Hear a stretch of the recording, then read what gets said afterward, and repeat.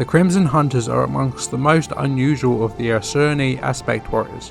Their ritual war gear is not blade or sidearm, but instead a sleek aerial fighter that represents the pinnacle of Aeldari aeronautics.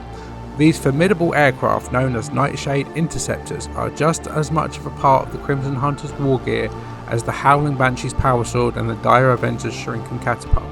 Their lethality, however, is measured on a different scale altogether. The Crimson Hunters are few in number, though their aspect shrines are becoming even more widespread amongst the Aeldari craft worlds. These temples to Kaela Menshakain, the Aeldari god of war, are unlike any other. They are not buildings or landscapes at all, but tunnel-linked collections of transparent atriums that float around the periphery of craft worlds like archipelagos at the edge of a vast landmass. It is within these realms of captive sky that the Crimson Hunters duel. Their weapons of choice, the bright lance and pulse lasers, gracing each interceptor's curved fuselage. During the breakneck battles that take place in these shrines, the weapons of the Crimson Hunters are set to illuminate rather than to pierce.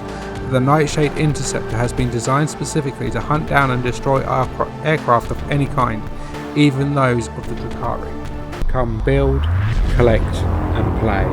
Check out your local Warhammer store for more.